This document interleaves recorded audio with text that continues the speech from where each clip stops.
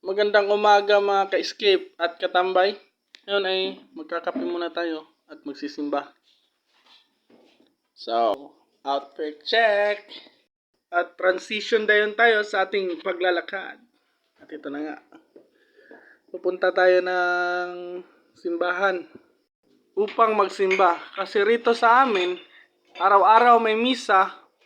Hindi ko alam kung ano talagang Tagalog ng mass. Pero dito sa amin, ang mass is misa. So, yun na lang yung binanggit ko na taga. At kaya ngayon, naglalakad na tayo. Kasi dito sa amin talagang maaga yung misa.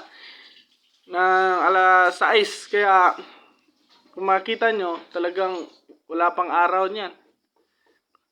At masyadong malamig pa yung panahon. At ito na nga. Kung makita nyo, yung bahay na yan is bahay yan ng tiyo ko. And dito sa makita nyo susunod na bahay is bahay na naman to ng bahay naman ito ng lola ko. Yan. Yan yung sinasabi kong bahay ng tiyuhin ko. At ito ipapakita ko is ito yung bahay ng lola ko. At baba pa tayo ng konti at mapupunta na tayo sa bahay ng kapatid ko. Yung nakakatanda kong babaeng kapatid. Yung nakikita nyo na bahay. Ano bang tawag dyan? Hindi naman siguro yan kubo kasi merong concrete. Yan yung bahay ng kapatid ko. And baba tayo ng konti, highway na. At sa gilid ng highway, nandyan naman yung sari-sari store ng kapatid ko. Yan. Sirado yan ngayon kasi nasa Cebu siya. May inaasikasong papilis. So na, highway na tayo. At medyo malayo-layo yung lalakarin natin. Mga 12 to 13 minutes tayo maglalakad. Kaya fast forward na natin. Upang di masyadong matagal yung video natin, fast forward na natin ito. Kasi nga, masyadong matagal na yun. Ano na, pag na-edit na. Kaya ngayon, fast forward ko na.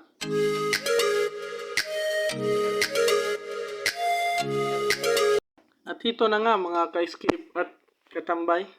Malapit na tayo. At pumasok sa isipan ko na hindi ko na lang i-video yung nasa loob na ako ng simbahan. Kasi nga, mag-attract lang ito ng atensyon ng ibang nagsisimba. At magkukause ito ng pagkakasala. Kasi nga, imbis na mag-focus sila sa pagsisimba, nabaling yung atensyon nila sa iyo.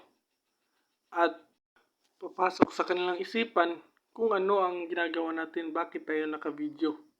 Diba? Hindi na sila magpo-focus sa pagsisimba. Kasi yung isipan nila, nagtatanong kung anong ginagawa natin, nagsisimba ba tayo o nagbablog. At yun ang dahilan kaya mayroong pagkakasala. Hindi tayo magkakasala pero sila magkakasala. Ngunit tayo ang dahilan. Kaya mas mabuting i-cut ko yung video. Diba?